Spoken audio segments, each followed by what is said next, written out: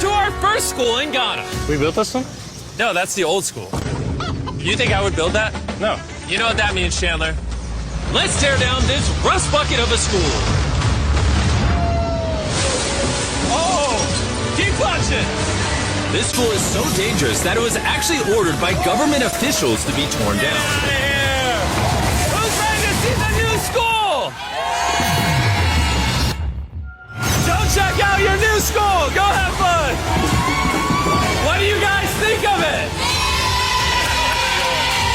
We're also within walking distance building up a brand new well. I love seeing all this happy. Let's keep building schools. And that's only the start of all the lives we are going to positively impact.